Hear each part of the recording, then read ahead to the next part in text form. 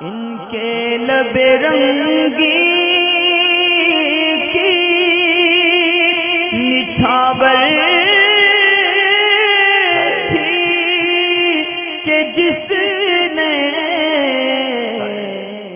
तो सवाल से पहले मैं एक चीज़ अर्ज़ करूँ कि कम्युनिटी टैब के अंदर चैनल में कोई भी जब थंबनेल या फ़ोटो डाला जाता है किसी भी वीडियो को, तो वो इसके लिए एक नोटिफिकेशन होता है कि ये वीडियो कब आएगी और इसकी तारीख और आने वाला वक्त क्या है। तो आप उस फ़ोटो के ऊपर उसका टाइम वगैरह देख लिया करें, तारीख देख लिया करें, वो नोटिफिकेशन होता है। और मैं पहले भी मना कर चुका हूँ कि वहाँ पे आप सवालात ना करें कि वहाँ के सवालात का हमें नोटिफिकेशन मिलता ही नहीं जो हम उसके जवाब दें।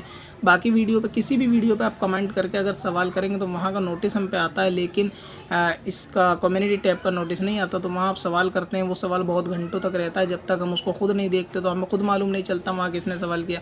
तो कम्युनिटी टैब में आप सवालात बिल्कुल भी ना करें और वहाँ के जवाब की उम्मीद भी ना रखें कि हम वहाँ पर आकर आपको जवाब देंगे, बल्कि वो एक नोटिस बोर्ड है। आप सिर्फ इस चीज़ को देख लें, आप नोटिस कर लें कि आप कौन सी वीडियो कब आएगी, ये आपको एक नोटिस मिल जाए।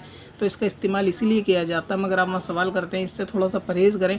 और बहुत से लोग वीडियो का अगर फ़ोटो डालते हैं तो ये सवाल करते हैं वीडियो कब आएगी, वीडियो कब आएगी। हालांकि उस वीडियो के ऊपर उसका टाइम लिखा हुआ होता है कि ये वीडियो इतनी तारीख को आएगी, लेकिन फ़ोटो के ऊपर वो 2 लाइनें टाइम की और डेट की नहीं पढ़ रहे होते और उसी वीडियो से मुतालिक भी सवाल कर देते हैं। जी आप बताएं वो जायज़ है या नाजायज़ है, जी बताएं कर सकते नहीं कर सकते फ़ोटो देखकर। हालांकि वो जायज़ या नाजायज़ करना नहीं करना वो तो वीडियो ही में आना और उसका टाइम डला हुआ होता है। तो वहाँ पे आप सवाल भी ना करें और वहाँ पर वीडियो से मुतालिक कोई क्वेश्चन भी ना करें और वैसे भी कोई क्वेश्चन ना करें। वो सिर्फ एक नोटिफिकेशन रहता है, एक नोटिस बोर्ड के तौर पर रहता है कि आपको उसकी यानी आगाही खबर मिल जाए कि भाई ये वीडियो कब आने वाली है।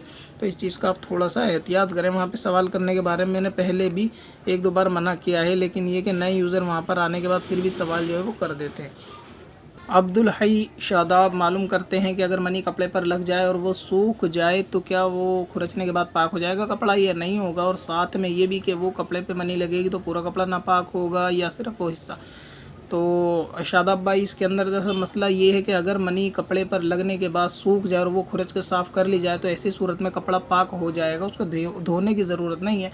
और इसी तरीके से अगर कपड़े पे नजासत लगी है तो जिस हिस्से पर नजासत लगी है अगर कोई शख्स सिर्फ वो हिस्सा धो ले और फिर उसको कपड़े को पहन के नमाज़ पढ़े तो वो भी दुरुस्त है, उसमें भी कोई हरज नहीं है। ये हमारे वहाँ दरअसल उर्फ़ में आम होता है कि कपड़े को नापाक कह दिया जाता है, यानी कपड़े पे अगर कहीं नजासत लगती है तो ये नजासत दलालत करती है कि कपड़ा नापाक है और ये उर्फ़ में हमारे आम हो जाता है।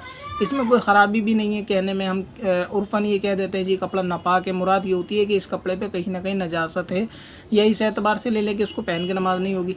मगर अगर उसी हिस्से को धो लिया जाए तो बाकी कपड़ा वो जो है ना सही रहता है, उसमें नमाज हो जाएगी। तो इसी तरह आप मनी को अगर खुरच लेंगे और बग़ैर धोए भी वो मनी सूखने के बाद जम गई और परत की तरह उसको खुरचने के बाद नमाज उस कपड़े में पढ़ ली गई तो कपड़े में कोई ख़राबी फिर नहीं होती है। और अगर उसको धो लिया गया, पूरा कपड़ा ना धोया गया, सिर्फ वो हिस्सा धो लिया गया जहाँ पर मनी है, तो वो हिस्सा धोने के बाद भी कपड़ा वो मुतलकन पाक हो जाएगा और उसमें नमाज और दीगर इबादत वो बिल्कुल दुरुस्त हो जाएंगी।